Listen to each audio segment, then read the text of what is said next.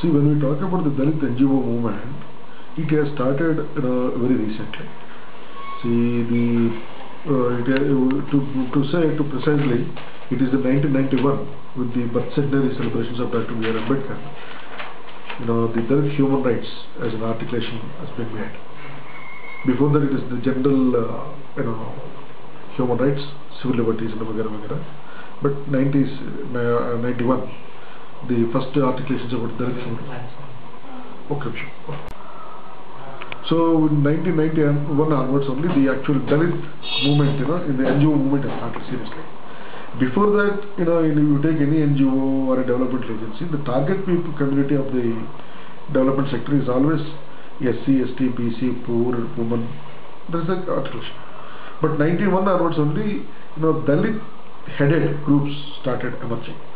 So before that, most of these Dalit activists were working as employees in various interventions, development interventions. And when they started thinking separately about Dalit human rights, they started forming their NGOs.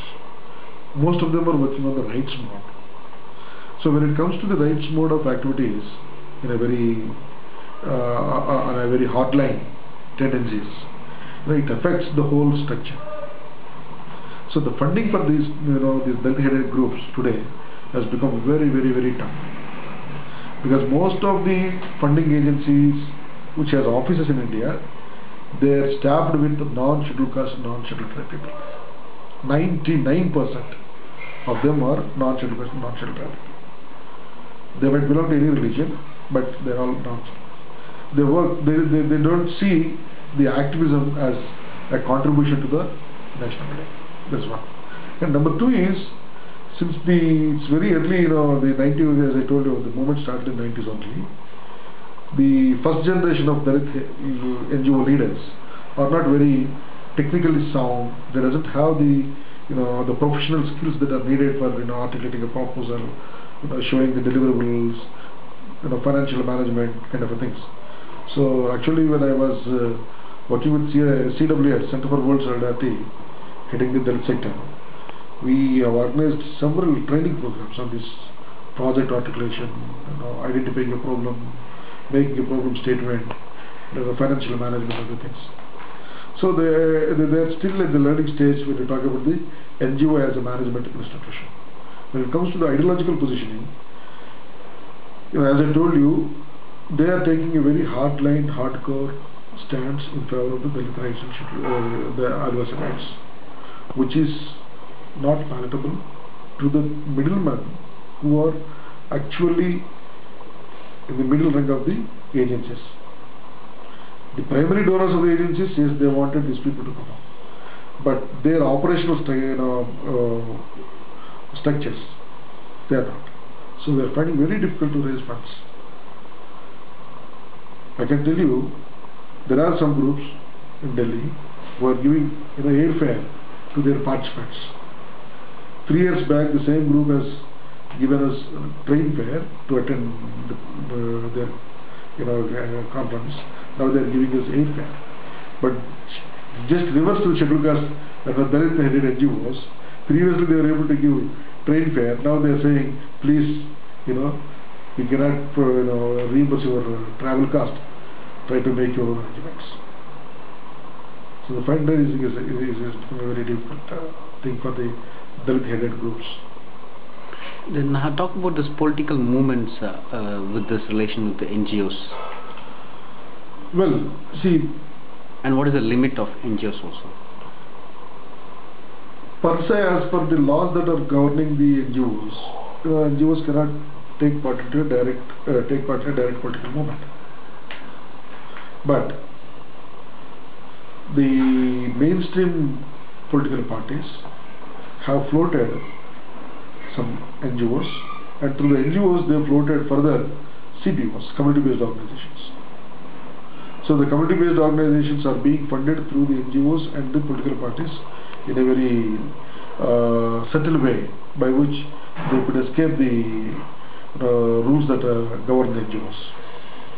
For example, the CBOs, promoted by Communist Party of India, Communist Party, CPI, CPM, Kulavich Porat Samiti, these are the CBOs. They don't come under the per se the NGO framework to be governed by the rules of FCRA and other things. But the same possibility is not there for scheduled caste people because we don't have any major political party which would give a cover to us.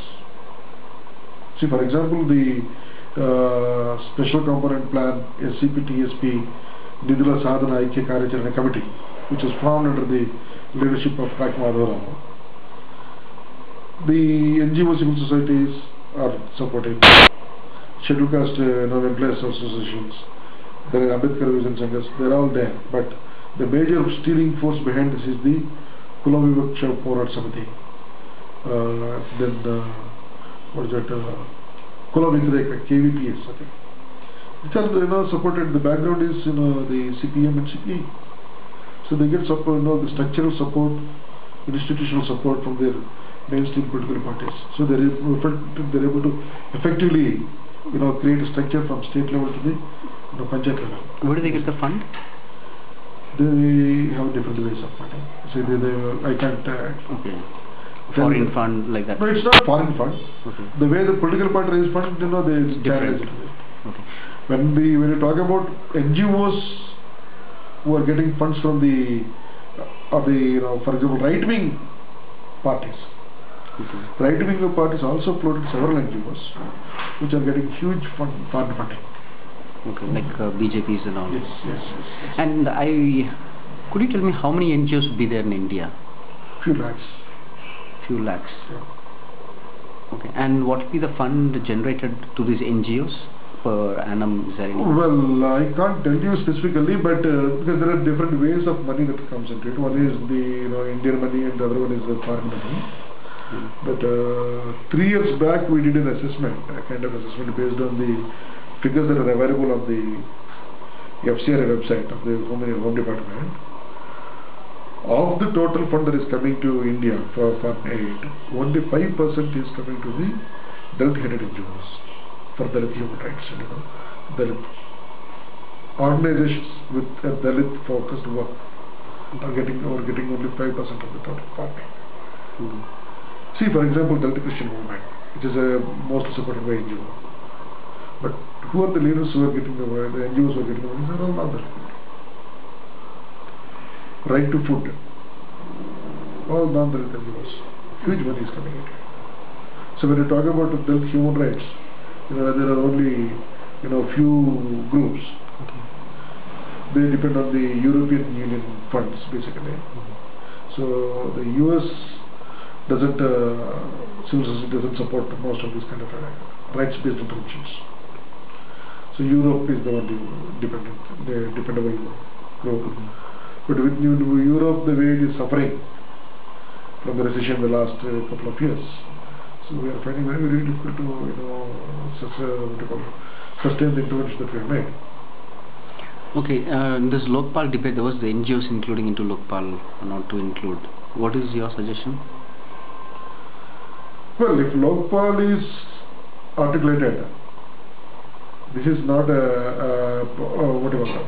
It is articulated as is expected by giving space to the scheduled caste and scheduled tribe people also.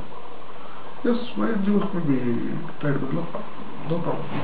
Okay. But what has been been advocated by the Anna group, I have my own reservations. Jan Lokpal bill which we have been articulating from the Dalit sector. Yes, no problem. Okay.